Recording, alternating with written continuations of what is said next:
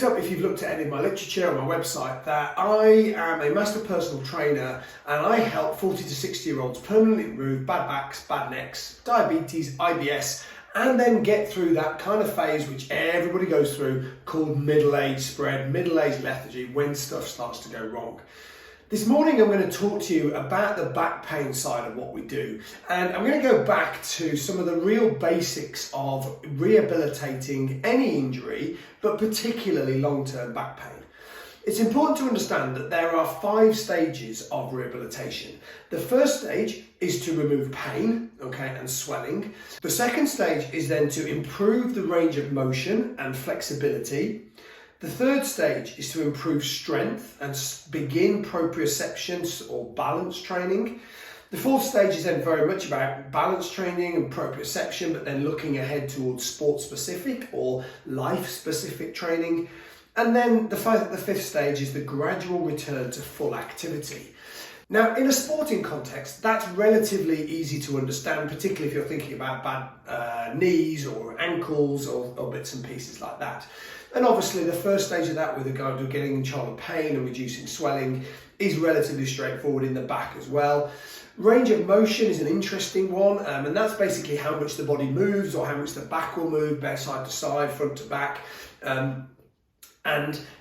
That is something that I find is a real big work on for a lot of my clients, and something that we have to spend a lot of time doing. Proprioception, balance training from a back point of view, that's initially core stability. Again, those of you that know me will know that I do consider to myself to be not only a core stability nerd, but also a bit of a core stability snob. I make no apologies for that. I've done an awful lot of work with it, an awful lot of learning, an awful lot of assessing what I do and what other people do, and I'm very confident in my own abilities in that, and therefore the results that my clients get. So proprioception balance training from a back point of view is initially about core stability, isolated core stability, and then we look to integrate that core stability. And again, I've done other articles on my blog about that, so you're welcome to dig those out and have a look.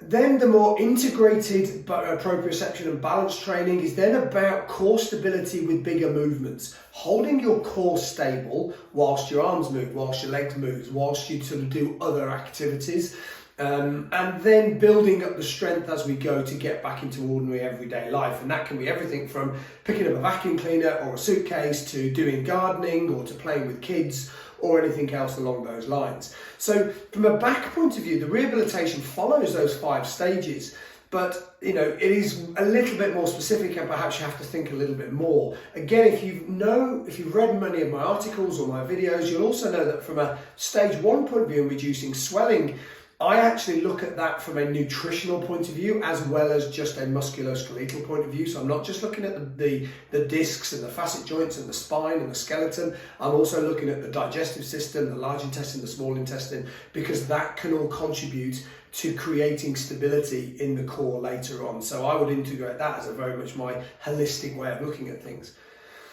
But this video is entitled The Most Dangerous Phase of a Rehabilitation Program. And it's done quite deliberately. I accept it's probably a little bit provocative. It may even have got you watching this in the first place.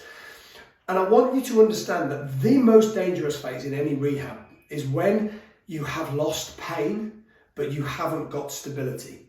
So when you've gone through phase 1 of the rehab, but you're not yet, and you've probably not yet got into stage 2 or stage 3.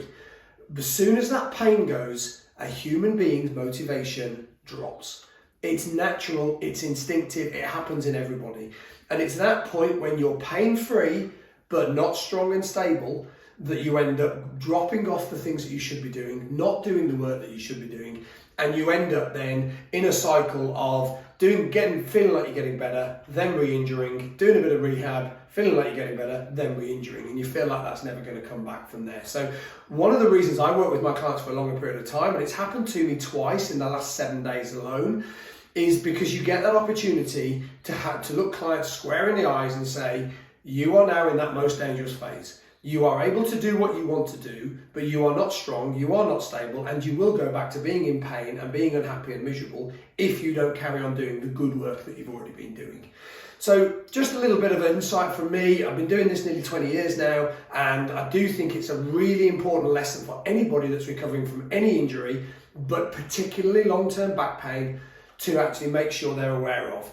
As soon as you think you're getting there and you're almost better, double down on your efforts, commit for another 2, 3, 4, 5 months, and that will get you way past the point of danger and hopefully at the point where it doesn't become a problem ever again and you have achieved that permanent resolution of your back pain.